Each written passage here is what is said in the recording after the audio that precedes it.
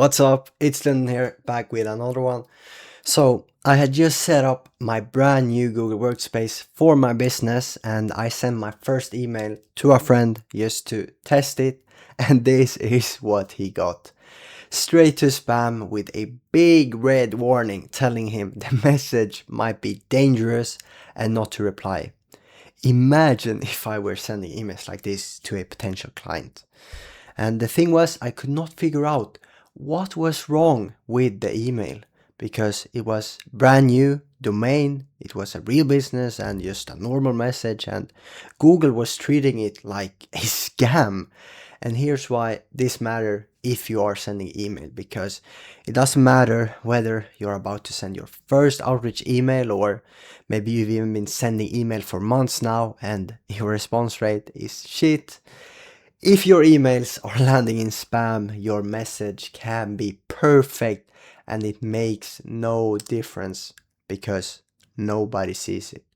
So in this video, I'm going to tell you shortly why this happens and how to set up your email so it doesn't, and how to actually test whether you're hitting the inbox. Because if your response rate has been bad recently, this is the first thing you should check. When your email lands, the receiving server runs 3 checks to decide if you're real or a scammer. And here's what they mean in simple English. SPF, is this server allowed to send for this domain? DKIM, is this email really from this domain and untampered? DMARC, given those 2 checks, what do you do with this email? And here's the part that confused me first before I figured this out. SPF passing, DKIM passing, and signed by my domain. And DMARC was still failing. How? And if my DKIM is good and matches my domain, why does the last one fail? And it was because DMARC can only pass if you've actually published a DMARC record on your domain. And I hadn't yet. And no record means no policy to check against. So it just fails by default, no matter how perfect everything else is. And the second I added the record, it flipped to pass. And the reason it could pass is my DKIM was already there to satisfy it. So you need all 3, and most videos get this wrong, so let me show you how to set each one up properly.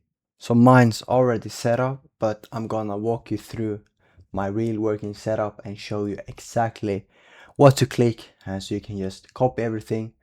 And 2 things quick first, you probably bought your domain through Google when you set up Workspace, which means Google now manages it through Squarespace, or you might have bought your domain somewhere else and connected it to Google Workspace, but either way you will be able to manage it by going here inside the admin console. You just go to the account, open that up, go to domains, and inside domains manage domains, and then this will come up.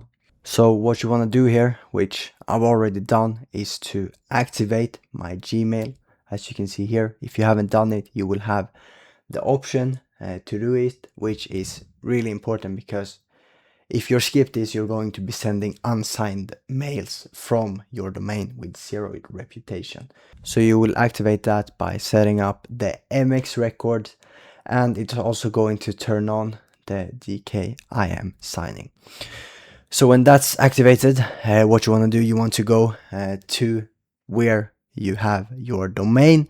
So for me, I bought it with Google Workspace, which means I have it here in Squarespace, but you might have used GoDaddy, Namecheap, or whatever. It looks pretty much the same, so make sure you go to that place. For me, I'm just gonna press here, get straight into Squarespace. Here I have my domain, just press on that, go to DNS, and here you will have all your different records. So these are the 3 records that I've been talking about earlier in this video: DMARC, the DKIM, and you need to make sure you have them all three. If you activated your Gmail, you should already have 2 of these set up, so you only just need to add 1 record, which is going to be this one. I can make sure I put it in the description, just so you can copy paste everything into here. Now I'm going to show you how to actually check if you are landing in the inbox instead of having to find out the hard way. So it's free, takes 2 minutes, and if you set up your email a few months ago and your response rate has been bad, make sure you run this, because this is how you find out if spam has been the reason. Just go to this test email site, copy this email that you want to try sending it to, open your email, send it here, just write something random, boom, and then we go here.